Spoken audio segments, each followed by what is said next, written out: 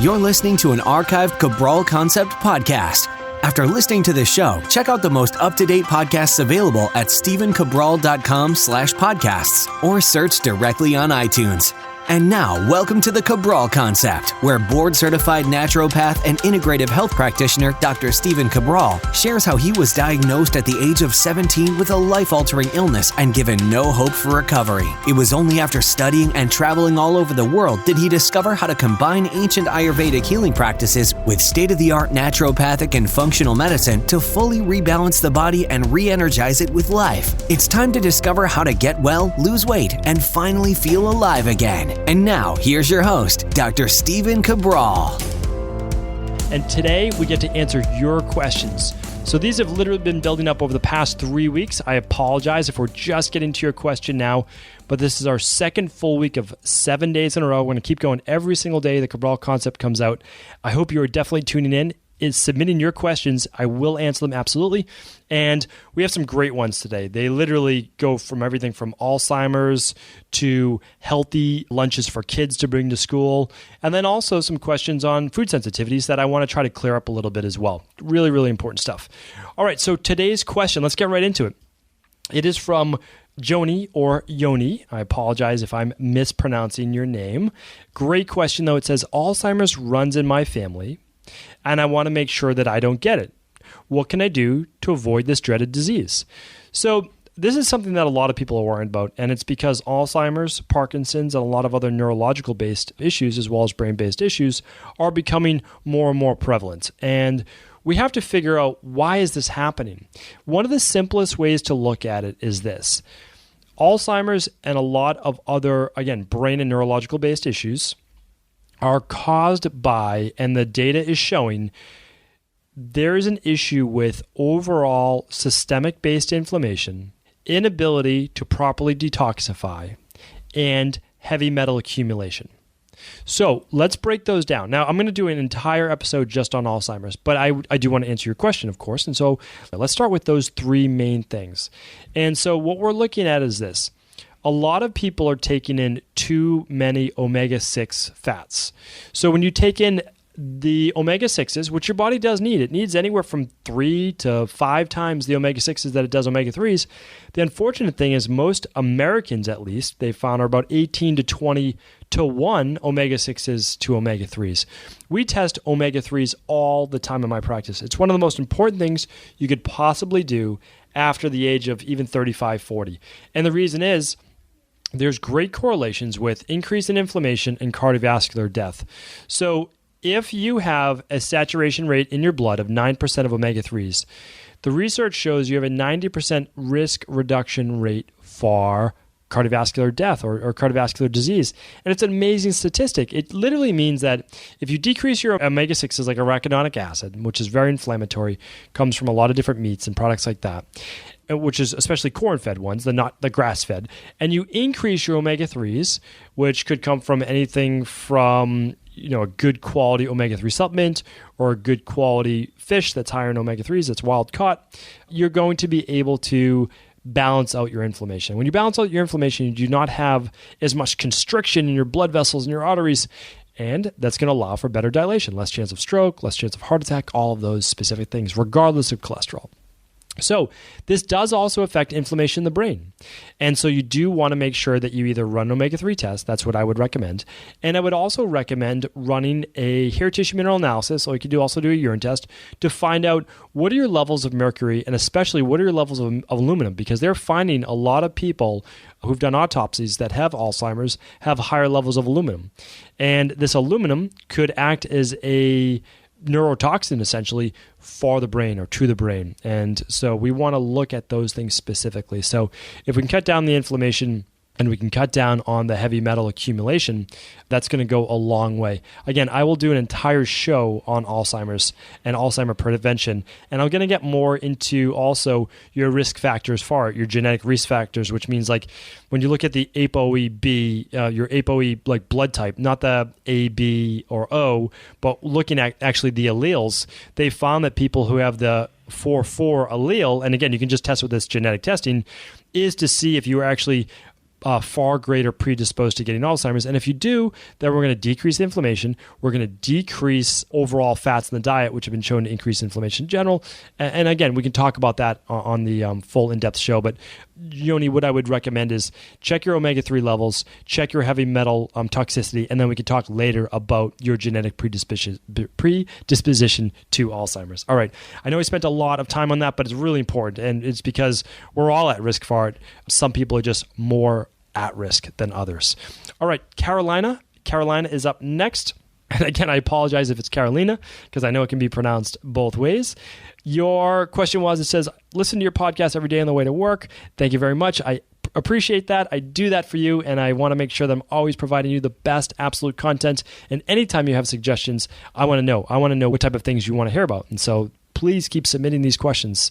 And your question is, can you recommend healthy school lunches for my kids? And so people don't know this, but about 25% of my practice is actually working with children, anywhere from literally newborns, infants that may be born colicky, with cradle cap, with full body psoriasis, eczema, you name it. I mean, we work with that literally, and it's one of the most rewarding parts of my practice, especially getting to work with kids with ADD, ADHD, skin issues, autism, and being able to see them progress. It's absolutely amazing.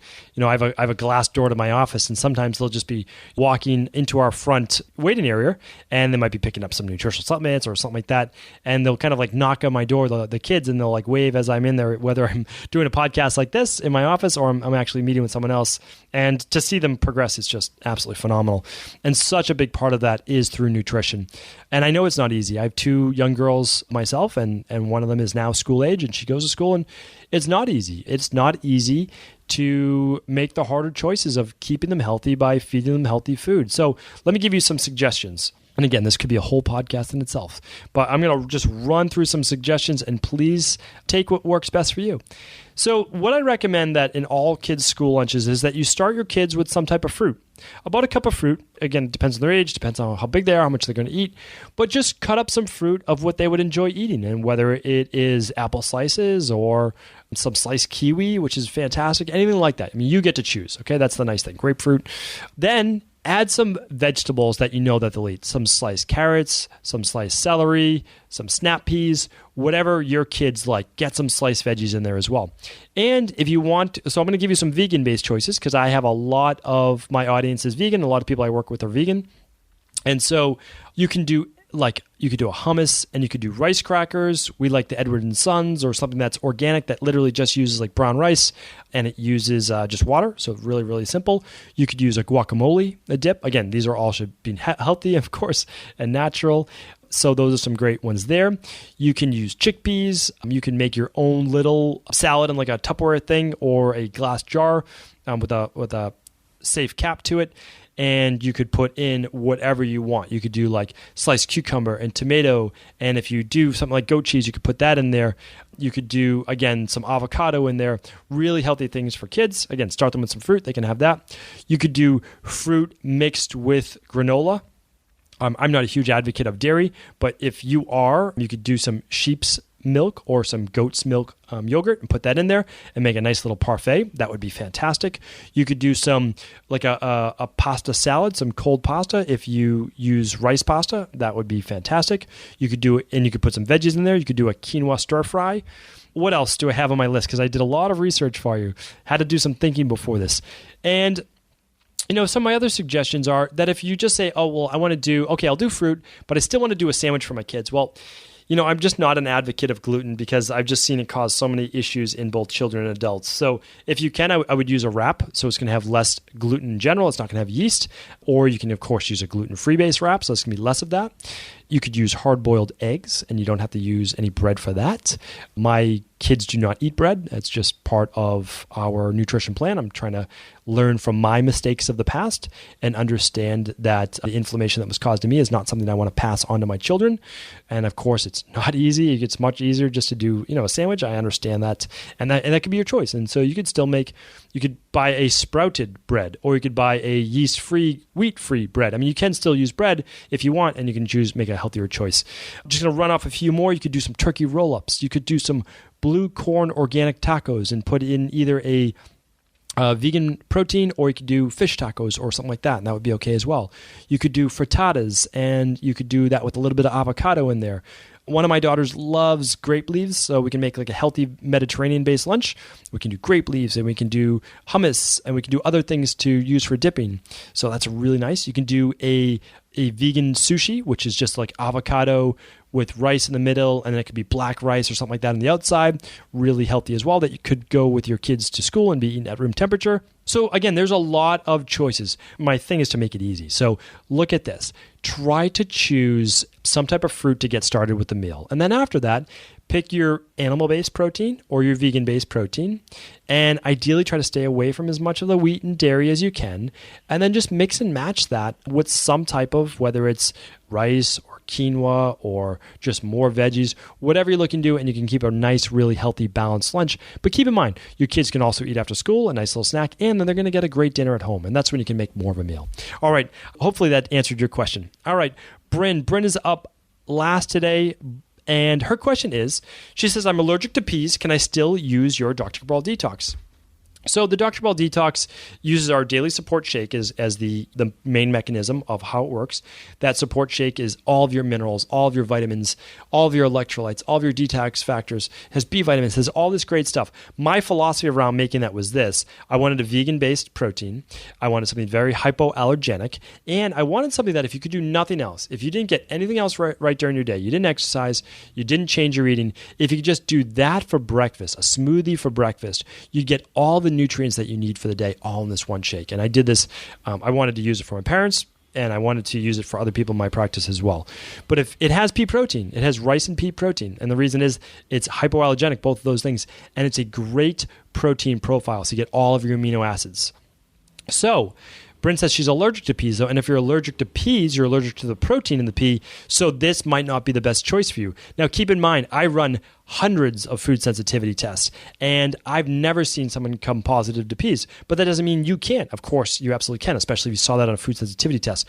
Just look at that food sensitivity test, though, and look at it to see actually what was your reaction. You know, if like the low scale is 0 to 2 on the one that we use, and if yours was like a 2.001, well, you might just want to use meaning like this, Bryn, if it was a low reaction to pea, you might want to do what we do, which is a simple 6-week elimination diet to peas, and then try adding them back in, see if you have that sensitivity, or just retest, and you can check that as well. A lot of times for something like pea as well, you're going to not have that allergy if you eliminate it. You work on your gut intestinal permeability, and then you can retest if you want. But yes, I mean, again, this might be 1 out of 1,000 might have that, and I haven't even seen 1 out of 1,000, but you know, if you have that pea allergy, then you have to stay away from peas. So Bryn, hopefully that answered your question. Again, if I'm ever not answering your question, it's not exactly perfect, the answer that you were looking for, please just write back in, and I'm happy to answer that for you. Thank you everyone for tuning into the Cabral Concept. Did you know that the body really only becomes sick or imbalanced in only 2 ways? Over time, you become deficient in vital nutrients, and you also accumulate toxins internally and from the environment. As those nutrients diminish and you increase your total toxic load, your body then begins to show the first signs of dis-ease. It's actually quite predictable, and the good news is that if we know how you began to fill up that proverbial rain barrel, we also know how to empty it to begin the healing process. I was fortunate enough to learn this ancient healing process from my mentor after suffering from debilitating diseases for close to a decade. It was only when I began to implement these techniques did I finally overcome my illnesses and go on to live a life of energy and vitality that I now enjoy. I'd like to share with you now what I discovered after traveling all over the world and how to combine the best of ancient healing wisdom with state-of-the-art science. Allow me to teach you exactly how I've been able to help over 250,000 people to empty their rain barrel and begin to transform their body and lives into what they've always hoped they could be. To get your copy of the international bestseller, The Rain Barrel Effect, simply go to stephencabral.com/rainbarrel.